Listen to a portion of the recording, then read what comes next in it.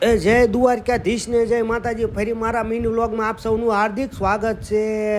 અને આજનું વાર્તાવરણ હતું કાર સુપર ડુપર હિટ ને આપણે જવાનું હતું વહેલા ઉઠીને કારખાને, પણ અલેબલ મોડું થઈ ગયું હતું. ફટાફટ આપણી રામપ્યારી પાસે પહોંચી ગયા ને રામપ્યારીને આપી દીધો પાવર સ્ટાર્ટ.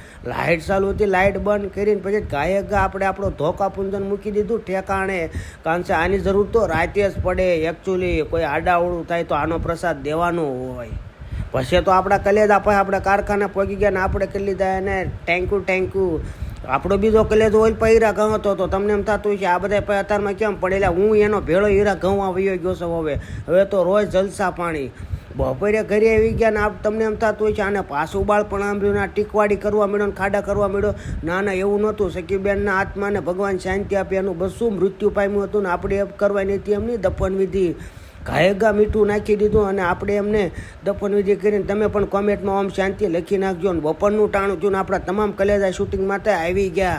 શૂટિંગનો એક શૂટ કર્યો, બીજો શૂટ કર્યો, પણ એમાં તો અમને બધાને દાંત જ એટલે આવ્યો ને તમે શૂટ કરી જ ન ક્યાં. હવે આ કોમેડી વિડીયો જોવા માટે અમારી આઈડીને ફોલો કરતા જજો. ને બપોરના 2 વાગી ગયા ને પાછા આપણે કારખાને જવાનો ટાઈમ થઈ ગયો. કારખાને જવાના સમયે આપણે શેરીમાં જોયું ઝાંઝવાના જળ સિવાય કાંઈ ન દેખાતું. એટલે તડકામાં આપણે આઈસ્ક્રીમ તો ખાવો જ પડે. આપણા કલેજાએ આપણને ફોન કર્યો કે મફતનો આઈસ્ક્રીમ ખાવા હોય. અમારા જૂના શેઠે મગાવ્યો હતો આઈસ્ક્રીમ ખાઈને પણ આ બેને પીએમની સરસા હાલતી હતી. કોઈ દી મોડું તો હોય જ નહીં.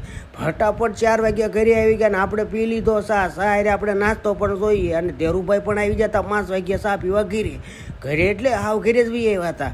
100 વાગી ગયા ને આપણે સનસેટ નજારો એવા ઉપર ચડી ગયા ને સનસેટ નજારો લઈ અને તમે પણ વિડીયોને લાઇક શેર સબસ્ક્રાઈબ કરતા જજો. ગામડે રહેવાની મજા કંઈક અલગ જ છે મારા કલેજા. હાલો તો થોડોક સનસેટ નજારો તમે પણ નિહાળો અને લાઇક શેર ફોલો કરવાનું ન ભૂલતા. હાલો મિત્રો, સબસ્ક્રાઈબ કરી નાખજો. નિહાળો તમે.